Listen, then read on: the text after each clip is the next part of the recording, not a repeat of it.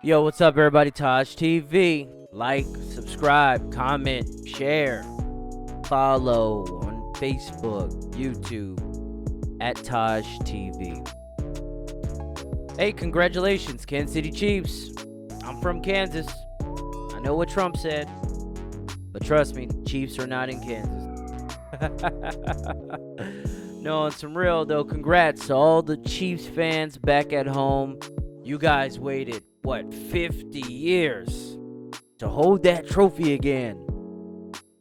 No, last night's game was a very entertaining game. Very entertaining.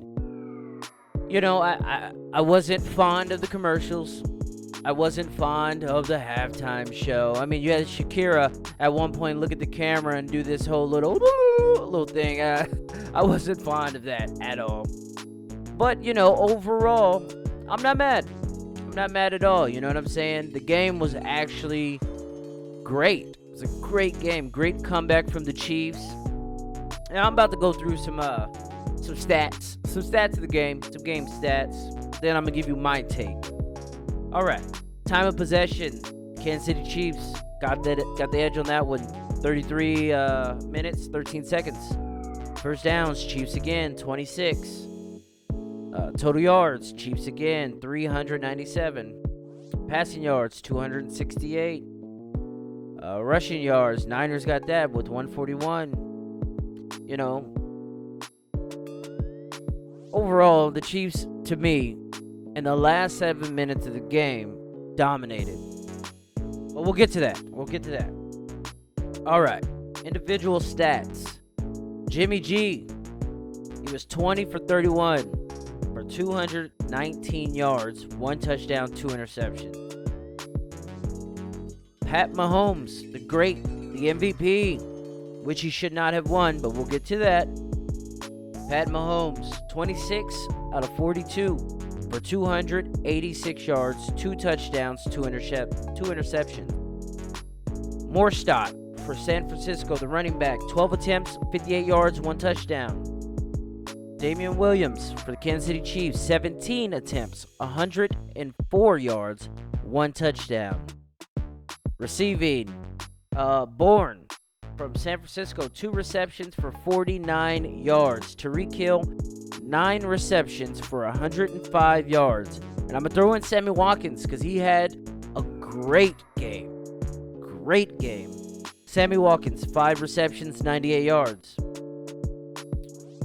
I mean, I can go on the defensive side of the football, but I'm going to focus on the offense. Kansas City's defense did what they needed to do to get the win. When it mattered, they showed up. San Francisco's defense for the first 3 quarters and half of the up to the 7-minute mark of the 4th quarter, San Francisco's defense was stellar. Super stellar.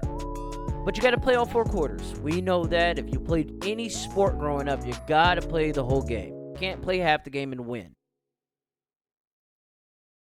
Jimmy G, efficient. 20 for 31. Super efficient. But late in the game, he didn't show leadership.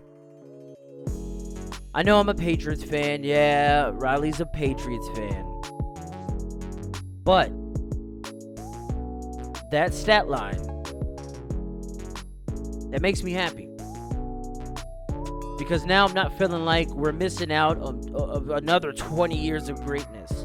I think Jimmy G is a great game manager. Not a great QB, but a great game manager. He reminds me of the old QB for the Niners, Alex Smith. Pat Mahomes, sloppy game. I'm going to catch slack for this. But Pat Mahomes had a sloppy game. And unlike Pat Mahomes' game. But he showed up when it mattered. The last 7 minutes, he turned it up and he showed us his greatness. That's what separates him and Jimmy G. 7 minutes of football separates him and Jimmy G. You know, it's like the conversation. Who would you rather have in the NBA? 5 seconds left on the game clock. You're down 2. You needed him to hit a three. Who would you have? You know, LeBron or MJ? It's that conversation. And in this conversation, who would I rather have in the last 7 minutes of a football game? Obviously, it's Pat Mahomes. But Pat Mahomes had a sloppy game. Let's not get it confused. Running backs. This is where I believe San Francisco really screwed up. San Francisco had Mostert, whatever his name is. To me, that guy has been solid. When they feed him the ball, that guy has been super solid. You're up 10. 7 minutes left in the game. You have the ball. You eat out half that clock. You're making it extremely difficult for the Chiefs to come back. But you throw. I like this running back. I like him. I think if they would have fed him more, they would have won the game. That's just me. Then you had Damian Williams, the true MVP. The guy who sealed the game.